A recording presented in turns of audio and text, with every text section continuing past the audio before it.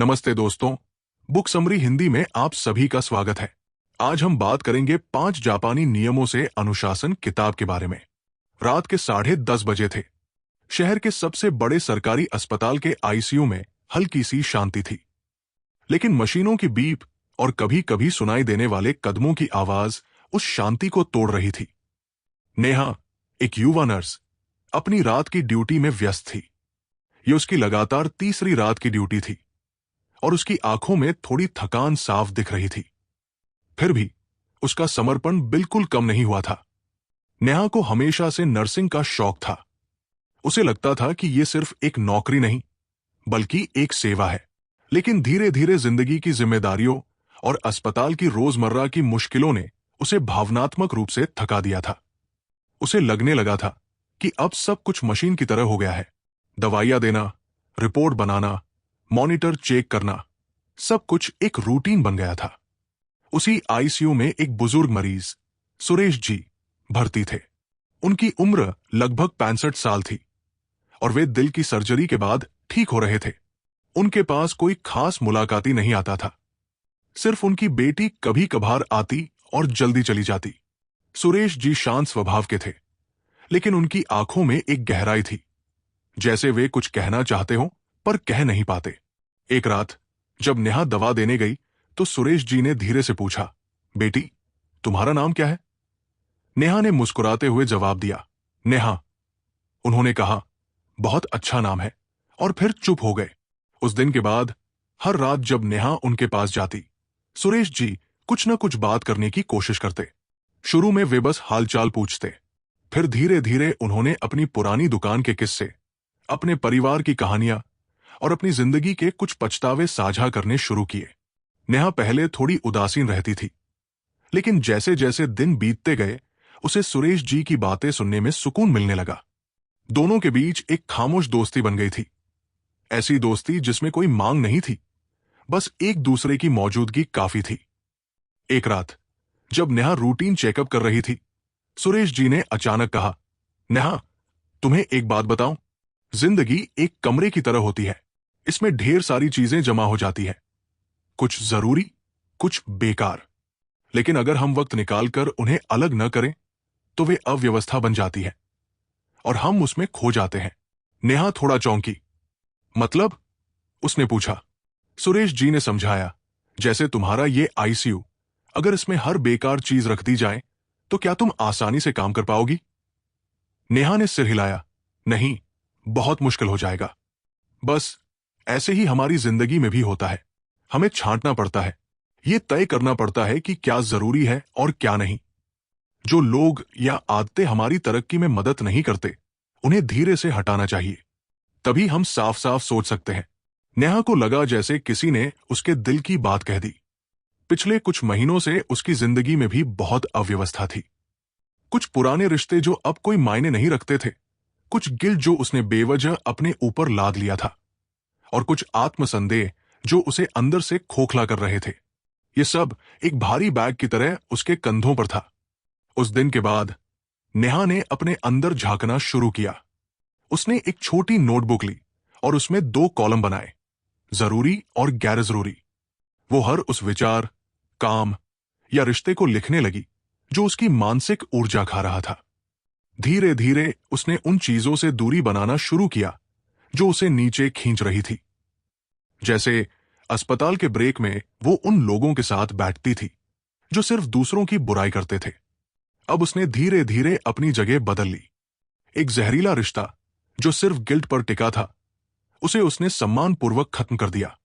Instagram और Facebook पर घंटों स्क्रॉल करने की बजाय उसने ध्यान लगाना शुरू किया। उसने अपने कमरे की सफाई भी की। पुराने कपड़े, बेकार के नोट्स और इस्तेमाल न होने वाले गैजेट्स को दान कर दिया या रिसाइकिल किया। जैसे जैसे उसका कमरा साफ हो रहा था, वैसे वैसे उसके मन का बोझ भी हल्का हो रहा था। सुरेश जी की बातें उसके अंदर एक रोशनी की तरह उतर रही थी।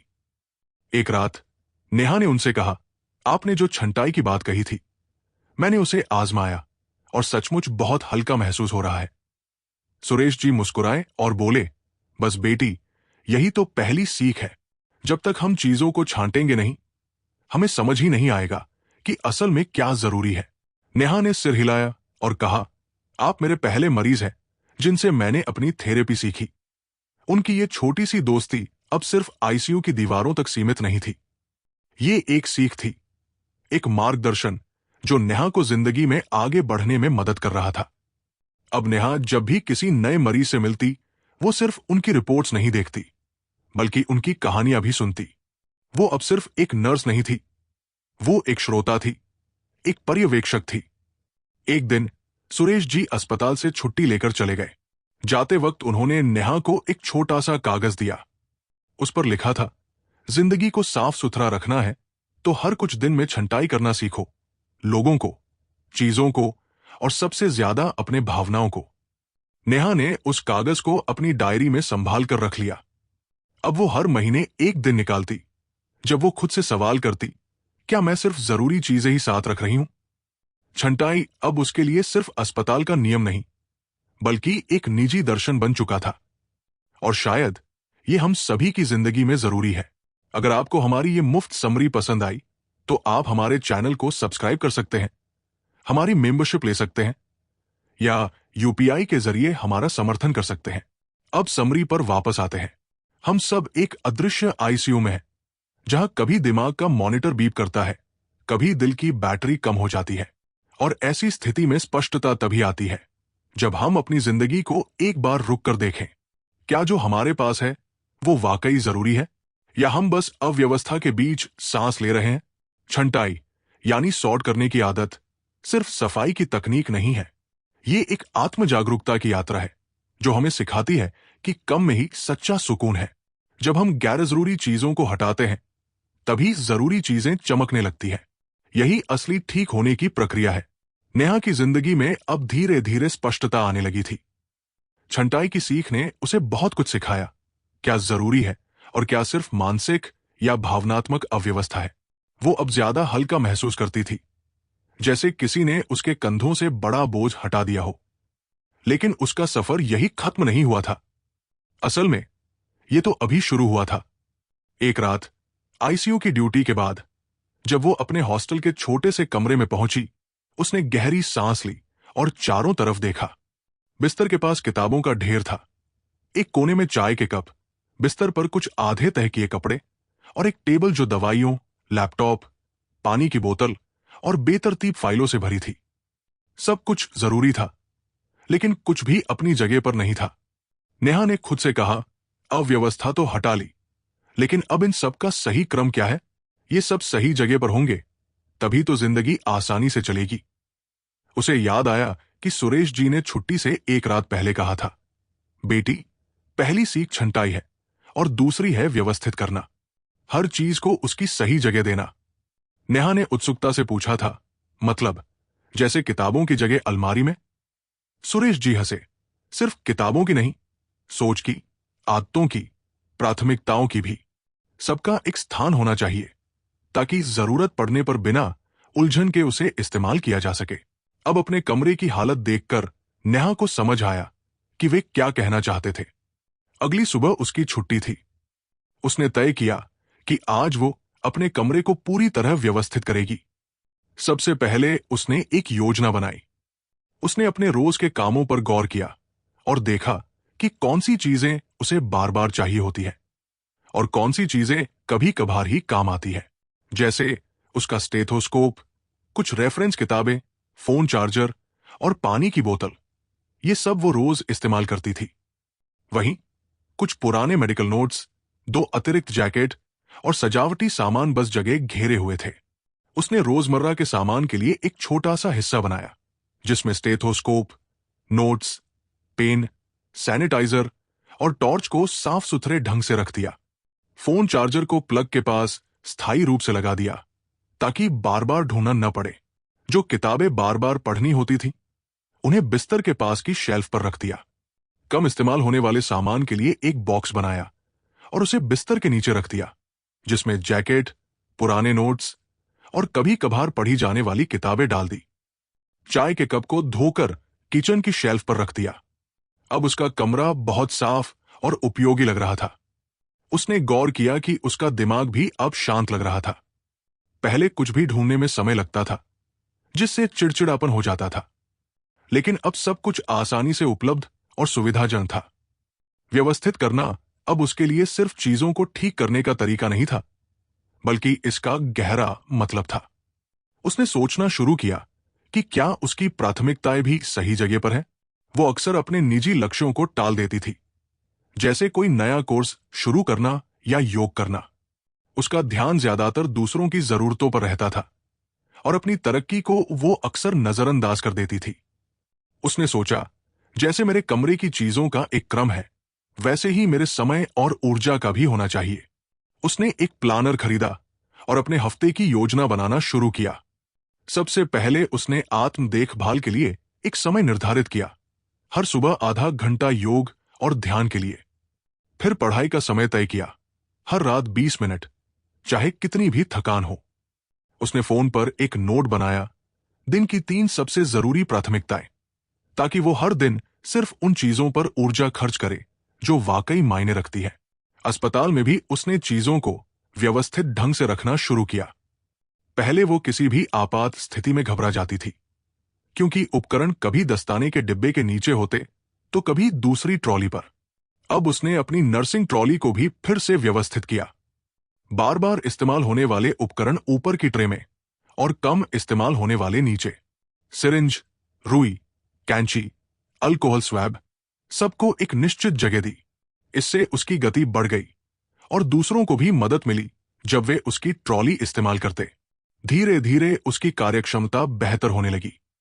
सीनियर्स ने भी नोटिस किया कि नेहा की शिफ्ट में काम सुचारू रूप से चलता है, गलतियां कम होती हैं और वो हमेशा तैयार रहती है। एक दिन मैट्रन ने उससे पूछा, नेहा, तुम इन दिनों कुछ अलग कर रही हो क्या?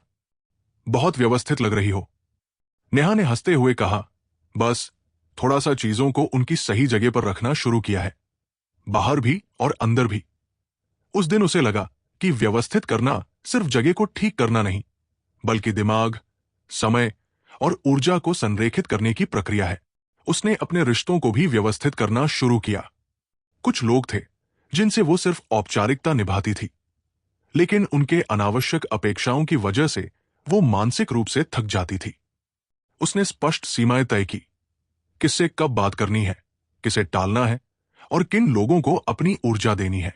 अब जब वो अस्पताल से लौटती तो उसका कमरा उसे एक शांत जगह की तरह लगता, एक ऐसा स्थान जहां सब कुछ सोच समझ कर रखा गया हो, अव्यवस्था से दूर। उसका रूटीन अब सुव्यवस्थित हो चुका था। उसकी ऊर्जा अब बिखरी हुई नहीं थी, बल्कि केंद्रित थी। एक महीने बाद जब सुरेश जी फॉलोअप के लिए अस्पताल आए और नेहा से मिले, तो उन्होंने देखा कि नेहा में एक नई चमक थी। बेटी, क्या हाल है? उन्होंने पूछा। नेहा ने उन्हें पानी दिया और कहा, आपकी सिखाई दूसरी तरकीब काम कर गई, व्यवस्थित करना। सुरेश जी मुस्कुराए और बोले, अब अगली सीख के लिए तैयार हो। नेहा ने उत्साह से कहा, बिल्कुल। जिंदगी की इस यात्रा में नेहा को अब समझ आने लगा था कि अनुशासन सिर्फ बाहरी चीजों को नियंत्रित करने का नाम नहीं है। ये एक आंतरिक संरेखन है। जब हर भावना, विचार, आदत और वस्तु अपनी सही जगह पर होती है, तब जिंदगी आसानी से चलने लगती है। छंटाई ने उसे सिखाया कि क्या रखना है और क्या छोड़ना है। व्यवस्थित करने ने सिखाया कि जो रखा है उसे कहां और कैसे रखना है, ताकि वो मूल्य पैदा करे। और यही है उत्पादक और शांतिपूर्ण जिंदगी का असली सूत्र। इस नई समझ के साथ नेहा अब सिर्फ एक नर्स नहीं थी, वो अपने लिए एक कोच बन चुकी थी, जो हर दिन खुद को बेहतर बनाने की कोशिश कर रही थी। एक छोटे कदम से, कभी मरीज से सीख, कभी अपने कमरे से, कभी रूटीन से, तो कभी आत्मचिंतन से। और यही सीख एक दिन उसे उस मुकाम तक ले जाने वाली थी जहां वो न सिर्फ दूसरों को ठीक करे, बल्कि अपनी यात्रा को भी गर्व से जी सके। नेहा की जिंदगी अब एक नई दिशा में जा रही थी। छंटाई और व्यवस्थित करने की सीख ने उसे न सिर्फ अपनी चीजों को पहचानना और व्यवस्थित करना सिखाया, बल्कि एक स्पष्टता भी दी कि कैसे उसका हर दिन ज्यादा उद्देश्यपूर्ण और कम उलझन भरा हो सकता है। लेकिन कहानी यही खत्म नहीं हुई थी। असल सफर तो अब शुरू होने वाला था। एक रविवार की सुबह नेहा जल्दी अस्पताल पहुंच गई। आज आईसीयू में एक गहन सफाई अभियान था। स्टाफ को अपनी अपनी जगह साफ करने, पुरानी फाइलें हटाने, उपकरणों को कीटाणुरहित करने और हर सतह को अच्छे से पोंछने के लिए कहा गया था।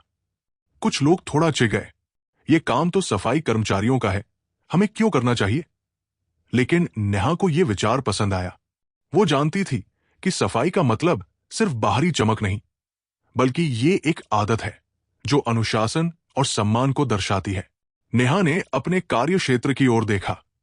उसकी नर्सिंग ट्रॉली, जिस पर वो अब बहुत ध्यान देती थी, लगभग ठीक थी, लेकिन कुछ छोटी छोटी चीजें उसकी नजर से छूट रही थी। उसने ध्यान से देखा, ट्रे के कोने में थोड़ी धूल, सिरिंज होल्डर में कुछ अटके हुए रैपर और दस्ताने के डिब्बे के नीचे जमी गंदगी। ये सब पहले उसकी नजरों से बच जाता था। उसने दस्ताने पहने, सैनिटाइजर और कपड़ा लिया और पूरे मन से अपने क्षेत्र को चमकाना शुरू किया। उसने सिर्फ सतही सफाई नहीं की, बल्कि हर कोने को ध्यान से साफ किया। एक एक उपकरण को उठाया, साफ किया और उसकी जगह पर रखा। काम करते समय उसके मन में एक अजीब सी जिम्मेदारी की भावना थी। ये मेरी जगह है और इसे साफ और व्यवस्थित रखना मेरी जिम्मेदारी है। उसे याद आया कि जब वो छोटी थी तो उसकी मां कहती थी, बेटी, जहां तुम दिन का ज्यादातर समय बिताती हो, वो जगह तुम्हारे व्यक्तित्व को दर्शाती है। नेहा को अब समझ आया कि अस्पताल में उसका स्थान सिर्फ काम करने की जगह नहीं, बल्कि उसके दिमागी हालत का प्रतिबिंब था। अगर वो खुद अपनी जगह का ख्याल नहीं रखेगी, तो दूसरों से सम्मान की उम्मीद कैसे कर सकती है? सफाई के बीच में उसे एक नया विचार आया। क्या उसके अंदर भी कुछ ऐसे कोने हैं जहां धूल जमी हुई है, जो रोज की भागदौड़ में नजर नहीं आते? जैसे छोटी छोटी आदतें जो बुरी नहीं थी, लेकिन जरूरी भी नहीं थी। जैसे बार बार फोन चेक करना, जल्दी जल्दी खाना खाना बिना स्वाद लिए, या कुछ भावनात्मक रैपर जो दिल में छिपे थे। किसी दोस्त की बात जो बुरी लगी थी पर वो बोल नहीं पाई, या किसी गलती पर खुद को बार बार दोष देना। चमकाना यानी साफ करना सिर्फ चीजों को चमकाने की प्रक्रिया नहीं थी, बल्कि ध्यान देने की प्रक्रिया थी।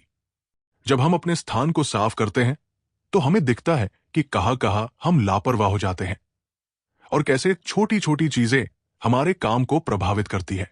नेहा ने अब अपने कमरे में भी इस सफाई को शुरू किया। इस बार वो सिर्फ धूल हटाने की सफाई नहीं कर रही थी, वो हर उस चीज पर ध्यान दे रही थी जो पहले नजरअंदाज हो जाती थी। जैसे टेबल की दराज में रखे पुराने बिल, अलमारी में फंसे टूटे क्लिप्स, या डायरी में लिखे गुस्से भरे पुराने नोट्स। उसने तय किया कि अब वो हर हफ्ते कुछ समय सिर्फ इस चमकाने की प्रक्रिया को देगी। उसने अपने मन की भी सफाई शुरू की।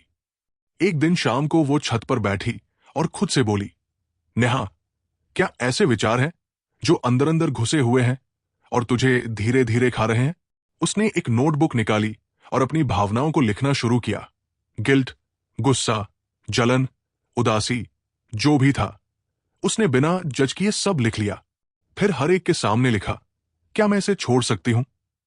और जहां जवाब हा था, वहां उसने लिखा, छोड़ दो। ये चमक उसकी आत्मा तक पहुंच गई थी। धीरे धीरे उसकी बेचैनी कम होने लगी। वो ज्यादा सचेत हो गई और सबसे बड़ी बात, वो दूसरों के दर्द को और गहराई से समझने लगी। एक रात आईसीयू में एक नया मरीज भर्ती हुआ, एक किशोर जो सड़क हादसे में घायल हो गया था। लड़का बहुत डर गया था और उसकी मां लगातार रो रही थी। नेहा उनके पास गई, उनका हाथ थामा और बोली, आप चिंता मत करें, वो सुरक्षित है, हम पूरी कोशिश करेंगे। नेहा ने उस लड़के के बेड के आसपास का क्षेत्र खुद साफ किया, तारों को साफ सुथरे ढंग से व्यवस्थित किया, ऑक्सीजन पाइप चेक किया और सुनिश्चित किया कि सब कुछ स्वच्छ और आसानी से उपलब्ध हो। लड़के की मां ने हैरानी से पूछा, आप ये सब खुद करती हैं? नेहा ने मुस्कुराकर जवाब दिया, जब हम उस जगह पर ध्यान देते हैं जहां हम हैं, तो वो जगह भी हमें कुछ खास देती है, शांति, आत्मविश्वास और देखभाल। उस दिन डॉक्टर ने भी नोट किया कि नेहा का मरीजों की देखभाल का स्तर बहुत बारीकी से किया गया था। सब कुछ व्यवस्थित और साफ था, जिससे निदान और उपचार में भी आसानी थी। अब अस्पताल की दूसरी नर्सें भी नेहा से प्रेरित होने लगी। एक दिन उसकी सहकर्मी ने कहा, नेहा, पहले लगता था कि सफाई सिर्फ एक काम है, लेकिन अब समझ आता है कि ये हमारा नजरिया दिखाता है।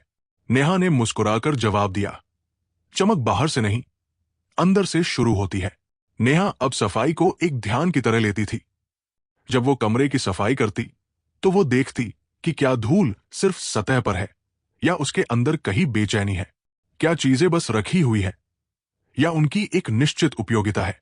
चमकाने ने उसे सिखाया कि जब हम अपने आसपास के माहौल को साफ करते हैं तो हम अपने प्रति जिम्मेदारी लेना सीखते हैं। यह हमें सिखाता है कि पूर्णता छोटी छोटी चीजों में होती है, और जब हम हर छोटी चीज पर ध्यान देना शुरू करते हैं तो वो हमारी जिंदगी के बाकी हिस्सों में भी दिखने लगता है। नेहा की ये छोटी छोटी आदतें अब दूसरों को भी प्रेरित करने लगी थी। अस्पताल की वार्ड बॉय टीम भी अब ज्यादा ध्यान देने लगी थी। हर कोई अब थोड़ी अतिरिक्त जिम्मेदारी लेने लगा, क्योंकि उन्हें लगा कि अगर एक नर्स इतने ध्यान से चीजें संभाल सकती है तो हम क्यों नहीं। चमकाना यानी साफ करना अब सिर्फ स्वच्छता का प्रतीक नहीं था, बल्कि एक सामुदायिक आदत बन चुका था। नेहा को अब लगता था कि अनुशासन कोई बड़ी बड़ी नियमों की सूची नहीं है, ये उन छोटी छोटी चीजों का ध्यान रखने का नाम है जो हर दिन हमारे आसपास होती है। और जब हम उन चीजों को चमकाते हैं तो हम अपनी जिंदगी को भी चमकाते हैं। छंटाई ने सिखाया कि क्या रखना है, व्यवस्थित करने ने सिखाया कि उसे कहाँ रखना है, चमकाने ने सिखाया कि उसे रोज कैसे बनाए रखना है, देखभाल, ध्यान और प्यार के साथ। और यही तीनों आदतें अब नेहा की जिंदगी का आधार बन चुकी थी। एक ऐसा आधार जिस पर वो आत्मविश्वास के साथ अपना भविष्य बना सकती थी, चाहे व्यक्तिगत जिंदगी हो या पेशेवर। शायद यही असली सफलता थी, बाहर से चमकना लेकिन अंदर से भी उतना ही साफ और चमकदार होना। नेहा की जिंदगी में अब एक नई स्थिरता आ चुकी थी। छंटाई, व्यवस्थित करना और चमकाने की सीख ने उसकी सोच और जीवन शैली को पूरी तरह बदल दिया था। हर चीज का उद्देश्य समझ में आने लगा था, हर भावना की पहचान हो चुकी थी, और अब वो छोटी छोटी चीजों में भी संतुष्टि महसूस करने लगी थी। लेकिन जैसे जैसे वो खुद में सुधार ला रही थी, एक और सवाल उसके मन में उठने लगा, क्या ये सारी अच्छी आदतें लंबे समय तक टिकेंगी? वो जानती थी कि इंसान अक्सर प्रेरणा में आकर कुछ नया शुरू करता है, लेकिन निरंतरता बनाए रखना असली चुनौती होती है। एक दिन अस्पताल में स्टाफ मीटिंग के दौरान मैट्रन ने बताया कि अब आईसीयू में एक नया सिस्टम लागू होगा, एक मानक संचालन प्रक्रिया, ताकि हर नर्स और वार्ड बॉय का काम एक ही पैटर्न पर हो। उन्होंने एक चार्ट दिखाया जिसमें साफ साफ लिखा था कि कौन से उपकरण कहाँ रखने हैं, ड्रेसिंग के चरण क्या होंगे, आपातकालीन ट्रॉली की व्यवस्था कैसी होगी और शिफ्ट के अंत में किन चीजों को जांचना है। एक चेकलिस्ट दी गई, रंग कोडेड लेबल्स बनाए गए और दीवारों पर पोस्टर भी लगाए गए। नेहा को यह बहुत तार्किक और रोमांचक लगा। उसने सोचा, जैसे हम मशीनों के लिए मैनुअल बनाते हैं, वैसे ही हमें अपने काम और जिंदगी के लिए भी कुछ मानक नियम बनाने चाहिए, ताकि हर बार सोचने की जरूरत न पड़े और निरंतरता बनी रहे। नेहा को याद आया कि कुछ हफ्ते पहले जब एक जूनियर नर्स ने ड्रेसिंग ट्रॉली से कैंची मांगी थी तो वो उसे ढूंढ नहीं पाई थी, क्योंकि हर कोई उसे कहीं भी रख देता था। लेकिन अब जब उपकरण रंग कोडेड दराजों में होंगे और हर चीज पर लेबल होगा, तो न सिर्फ वो जल्दी काम कर पाएगी, बल्कि दूसरों को भी मदद मिलेगी। उसने इस सिस्टम को तुरंत अपनाना शुरू किया। हर सुबह शिफ्ट से पहले वो चेकलिस्ट जांचती, दस्ताने सही संख्या में है या नहीं, ऑक्सीजन सिलेंडर भरे हैं या नहीं, सक्शन मशीन प्लग में है या नहीं। पहले कुछ लोग इसे अतिरिक्त काम समझते थे, लेकिन जब काम आसान होने लगा, आपात स्थिति में घबराहट कम हुई, तब सबने महसूस किया कि यह मानकीकरण कितना जरूरी है। नेहा ने अपनी निजी जिंदगी में भी मानकीकरण लागू करना शुरू किया। उसने अपने लिए एक साप्ताहिक प्लानर बनाया। हर दिन का ढांचा, भोजन की योजना, व्यायाम का समय, पढ़ाई के घंटे और यहां तक कि सप्ताहांत के लिए आराम का समय। उसने अपनी स्टडी टेबल पर एक व्हाइट बोर्ड लगाया जिसमें रंग कोडेड कार्य लिखे होते थे। लाल रंग जरूरी कार्यों के लिए, नीला व्यक्तिगत विकास के लिए, हरा आराम और रिचार्ज के लिए। अब जब वो सुबह उठती तो उसे ये सोचने में समय नहीं लगता था कि आज क्या करना है। हर कार्य निर्धारित था। वो एक प्रवाह में काम करती थी और उसे समझ आने लगा था कि अनुशासन का असली मतलब आजादी है। जब सिस्टम बने होते हैं तो दिमाग रचनात्मकता और शांति के लिए खाली रहता है। नेहा की एक और आदत बन गई थी। हर रविवार वो पिछले हफ्ते की चेकलिस्ट जांचती और समीक्षा करती कि कौन सी आदतें लगातार बनी रहीं और कहाँ वो चूक गई। ये प्रतिक्रिया प्रक्रिया उसे बेहतर होने का मौका देती थी। एक दिन आईसीयू में एक नई प्रशिक्षु नर्स आई, प्रीति। वो बहुत घबराई हुई थी क्योंकि आईसीयू का माहौल उसे भारी लग रहा था। नेहा ने उसे सांत्वना दी और कहा, डरो मत, बस प्रक्रिया का पालन करो, सब कुछ व्यवस्थित है। नेहा ने उसे चार्ट दिखाया, ट्रॉली समझाई और कहा, हर दराज पर लेबल है, रंग कोड है, बस चरण याद रखो और धीरे धीरे सब आसान लगने लगेगा। प्रीति ने हिचकिचाते हुए पूछा, अगर मैं गलती कर दूं तो? नेहा ने मुस्कुराकर कहा, मानकीकरण इसलिए है ताकि गलतियों की संभावना कम हो और सब एक जैसा काम करें। यह सिर्फ नियंत्रण के लिए नहीं बल्कि आराम के लिए भी है। प्रीति ने पूछा, तुम खुद इतनी व्यवस्थित कैसे हो? नेहा ने जवाब दिया, क्योंकि मैंने समझ लिया है कि जब हर काम का एक पैटर्न होता है तो उलझन की जगह शांति आती है। नेहा ने प्रीति को अपनी निजी यात्रा भी बताई, कैसे पहले उसकी जिंदगी भी बिखरी हुई थी। कभी कुछ जरूरी चीजें भूल जाती थी, कभी मानसिक टूटन के करीब पहुंच जाती थी। लेकिन जब उसने मानकीकरण की नीति अपनाई, यानी एक सिस्टम बनाना और उसे लगातार निभाना, तब उसके काम और मन दोनों में स्थिरता आई। अब उसका कमरा एक छोटा सा सिस्टम बन चुका था। हर दराज में लेबल वाले डिब्बे, अलमारी में रंग कोडेड हैंगर और बाथरूम में रोजमर्रा की जरूरी चीजों के लिए अलग शेल्फ। उसका फोन भी व्यवस्थित था, एप्स फोल्डर में, कैलेंडर में रिमाइंडर और लक्ष्यों का ट्रैकर। उसने अपनी भावनाओं को संभालने के लिए भी एक चेकलिस्ट बनाई थी। जैसे जब भी वो चिड़चिड़ा महसूस करती तो खुद से पूछती, क्या मैंने आज कुछ खाया है? क्या नींद पूरी हुई है? क्या किसी बात ने दुख पहुंचाया है? क्या मैं ज्यादा सोच रही हूं? हर घर के सामने उसने समाधान भी लिखे, टहलने जाओ, गहरी सांस लो, संगीत सुनो या किसी भरोसेमंद दोस्त से बात करो। मानकीकरण ने उसे सशक्त महसूस कराया था, एक ऐसा आत्मविश्वास जो नियंत्रण से नहीं बल्कि स्पष्टता से आता है। अब आईसीयू में उसका नाम एक आदर्श की तरह लिया जाने लगा था। जब भी कोई नया सिस्टम लागू होता तो नेहा को सबसे पहले प्रशिक्षण में रखा जाता, क्योंकि वो हर चरण को व्यवस्थित ढंग से अपनाती और दूसरों को सिखाने में भी मदद करती। नेहा को अब एहसास हुआ कि अनुशासन सिर्फ प्रेरणा से नहीं बनता बल्कि ढांचे से बनता है, और वो ढांचा मानकीकरण जैसे सिस्टम से आता है। एक शाम जब वो चाय के ब्रेक पर थी, उसने अपनी डायरी में लिखा, मानकीकरण यानी जिंदगी को ऐसा पैटर्न देना जिसमें सब कुछ अपनी जगह हो, भावनाएं, कार्य, उपकरण और यहां तक कि प्रतिक्रियाएं। जब हर चीज एक लय में होती है तो दिमाग स्वाभाविक रूप से शांत हो जाता है। ये बाहरी व्यवस्था नहीं बल्कि आंतरिक सामंजस्य है। उसी दिन अस्पताल में एक आपात स्थिति आई। एक दिल का दौरा पड़ा मरीज। सब लोग भागदौड़ में जुट गए, लेकिन आईसीयू का हर कर्मचारी अपना काम जानता था, क्योंकि सबको पता था कि कौन क्या करेगा। उपकरण अपनी जगह पर थे, आपातकालीन ट्रॉली तैयार थी, डॉक्टर को तुरंत डिफिब्रिलेटर मिला और कुछ ही मिनटों में प्रक्रिया शुरू हो गई। मरीज बच गया और जब सब शांत हुआ तो मैट्रन ने कहा, आज अगर सब कुछ सुचारू रूप से हुआ तो इसका एक कारण यह है कि हम सब एक साझा प्रक्रिया का पालन कर रहे हैं। यही है मानकीकरण का असर। नेहा ने मुस्कुराते हुए अपनी चेकलिस्ट जेब में वापस रखी और सोचा, यह सिर्फ अस्पताल में नहीं बल्कि पूरी जिंदगी में होना चाहिए। सोचो, अगर हमारी जिंदगी का हर हिस्सा एक अच्छे से लेबल की गई दराज बन जाए, जहां हम जानते हो कि कौन सी भावना कब निकालनी है, कौन सा विचार कहाँ रखना है और कौन सा काम कैसे करना है, कितनी आसान हो जाएगी जिंदगी। मानकीकरण हमें सिखाता है कि निरंतरता ही वो जादू है जो सफलता का आधार बनाती है, और जब सिस्टम काम करते हैं तो तनाव कम होता है। नेहा अब जानती थी कि छंटाई, व्यवस्थित करना, चमकाना और मानकीकरण, ये चारों चरण सिर्फ अस्पताल के लिए नहीं बल्कि जिंदगी के हर हिस्से में लागू हो सकते हैं।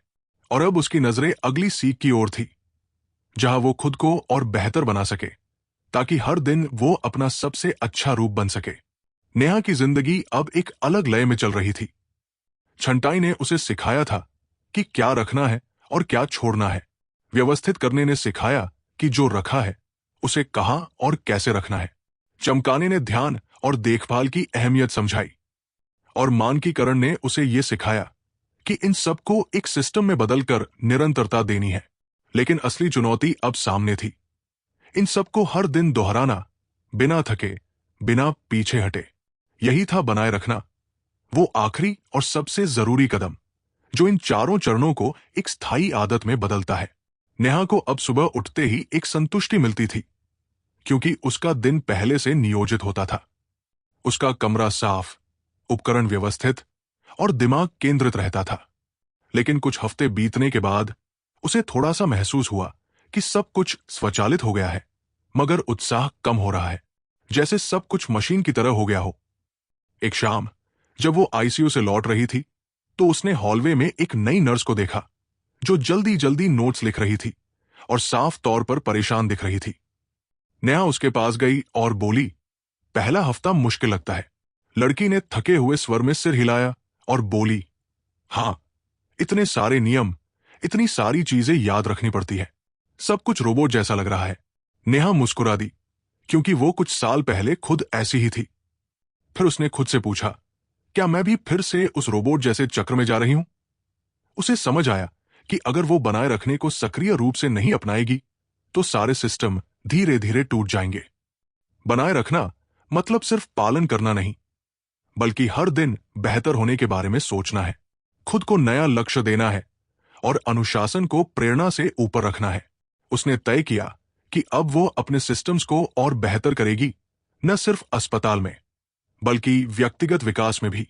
नेहा ने अपनी डायरी में एक छोटा सा प्रारूप बनाया, जिसे उसने रूटीन इंप्रूवमेंट अप्रोच नाम दिया।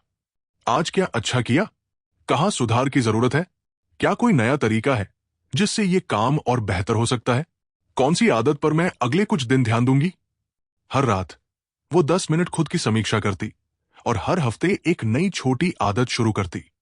जैसे एक हफ्ता फोन मुक्त सुबह का रूटीन, अगला हफ्ता कृतज्ञता जर्नलिंग, फिर सचेत खानपान। शुरुआत में कुछ आदतें टिकती नहीं थी। कभी कभी वो समीक्षा करना भूल जाती या एक दो दिन आलसी हो जाती, लेकिन अब वो खुद को गिल्ट नहीं देती थी। उसने समझ लिया था कि अनुशासन का मतलब पूर्णता नहीं, बल्कि बार बार ट्रैक पर वापस आना है। अस्पताल में भी उसने देखा कि कुछ लोग सिस्टम को ढीले ढंग से पालन करने लगे थे। आपातकालीन ट्रॉली के लेबल धुंधले हो गए थे, कुछ चेकलिस्ट गायब थी और वार्ड में थोड़ी अव्यवस्था बढ़ने लगी थी। नेहा ने खुद पहल की और मैट्रन से अनुमति लेकर एक 5S रिफ्रेश वीक की योजना बनाई। पूरे स्टाफ के लिए एक छोटा सत्र आयोजित किया, जहां उसने सबको 5S की नीति फिर से याद दिलाई। उसने न किसी को डांटा, न दोष दिया, बस उदाहरणों और अपनी यात्रा को साझा किया। उसने सबसे पूछा, याद है जब हमने पहली बार 5S लागू किया था तो कितना मजा आ रहा था, सब कुछ व्यवस्थित लग रहा था, आपात मामले आसानी से संभल रहे थे, मरीज संतुष्ट थे, क्या हम फिर से वो ऊर्जा ला सकते हैं? फिर उसने एक खेल योजना साझा की, एक रंग कोडेड रिवॉर्ड चार्ट, जिसमें जो भी नर्स अपने क्षेत्र को 5S के हिसाब से बनाए रखेगी, उसे अंक मिलेंगे। हफ्ते के अंत में एक छोटा सा उपहार या प्रशंसा मिलेगी। आश्चर्यजनक रूप से सब लोग उत्साह से शामिल हो गए। अब दैनिक चेकलिस्ट फिर से सक्रिय हो गई। चर्चाएं होने लगी कि किन क्षेत्रों में सुधार चाहिए, और जूनियर स्टाफ भी प्रेरित हो गया। बनाए रखने का यह संस्कार अब सिर्फ एक आदत नहीं, बल्कि एक साझा मानसिकता बन चुका था। नेहा अब अपनी सीख को भी जारी रखने लगी थी। उसने ऑनलाइन एक समय प्रबंधन कोर्स किया और एक बुक क्लब में शामिल हुई, जहां स्वास्थ्य कर्मचारी साप्ताहिक रूप से किताबों पर चर्चा करते थे। उसने अपने फोन के वॉलपेपर पर एक उद्धरण लिखा, अनुशासन यानी वह चुनना जो तुम लंबे समय तक चाहते हो, न कि वह जो तुम अभी चाहते हो। उसने देखा कि अब उसके अंदर एक परिपक्वता आ चुकी थी। पहले वो छोटी छोटी जीत पर उत्साहित हो जाती थी, अब वो दीर्घकालिक मानसिकता रखती थी। वो जान चुकी थी कि आदतें तब तक शक्तिशाली नहीं बनती जब तक उन्हें लगातार पोषित न किया जाए। एक दिन आईसीयू में एक छोटी सी गलती हो गई। एक फाइल गलत बेड नंबर में रख दी गई, जिससे थोड़ी उलझन हुई। सौभाग्य से कोई बड़ा नुकसान नहीं हुआ, लेकिन मैट्रन ने सबको इकट्ठा किया। नेहा ने खुद स्वेच्छा से कहा, हम एक सिस्टम बना सकते हैं जिसमें हर फाइल के फोल्डर पर एक रंग कोडेड टैग हो, लाल आईसीयू 1 के लिए, नीला आईसीयू 2 के लिए, और शिफ्ट बदलने के समय हैंडओवर चेकलिस्ट शामिल हो। मैटर ने उसकी सराहना की और कहा, यही है असली बनाए रखना, जब हम गलतियों से भागते नहीं बल्कि उनमें सुधार ढूंढते हैं। नेहा को अब हर छोटी गलती भी एक सीख लगने लगी थी।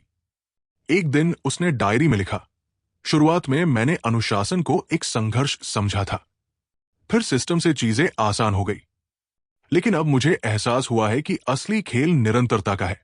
बनाए रखना यानी हर दिन थोड़ा बेहतर होने की कोशिश करना, चाहे प्रेरणा हो या न हो। वो अब जूनियर नर्सों की सलाहकार बन चुकी थी। प्रीति जैसी कई लड़कियां उसके पास आती और कहती, तुम्हारा रूटीन देखकर लगता है कि सब कुछ संभव है। नेहा उन्हें सिर्फ नियम नहीं सिखाती थी बल्कि मानसिकता विकसित करने पर जोर देती थी। नेहा का तरीका अब कई लोगों ने अपनाना शुरू कर दिया था। उसके छोटे छोटे नोट्स, साधारण भाषा में समझाया गया सिस्टम और व्यावहारिक उदाहरण सबके लिए समझने योग्य थे। नेहा को अब खुद पर गर्व था, क्योंकि वो जानती थी कि वो सिर्फ अपने लिए नहीं बल्कि पूरे कार्य संस्कृति को प्रभावित कर रही थी। एक ऐसी संस्कृति जहां व्यवस्था थी, सम्मान था, स्पष्टता थी और सबसे जरूरी निरंतरता थी।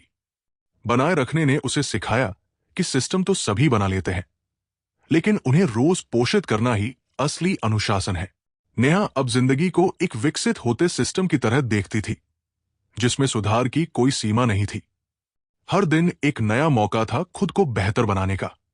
वो अब सिर्फ एक नर्स नहीं थी, वो एक अनुशासन की नेता थी, जो खुद से वादा करती थी कि चाहे कुछ भी हो, वो अपनी प्रगति को कभी नहीं रोकेगी, क्योंकि बनाए रखना अब एक विकल्प नहीं, उसका जीवन शैली बन चुका था। तो दोस्तों, ये थी हमारी आज की किताब की समरी। आपको ये कैसी लगी, कमेंट करके जरूर बताएं। और धन्यवाद कि आपने समरी को अंत तक सुना।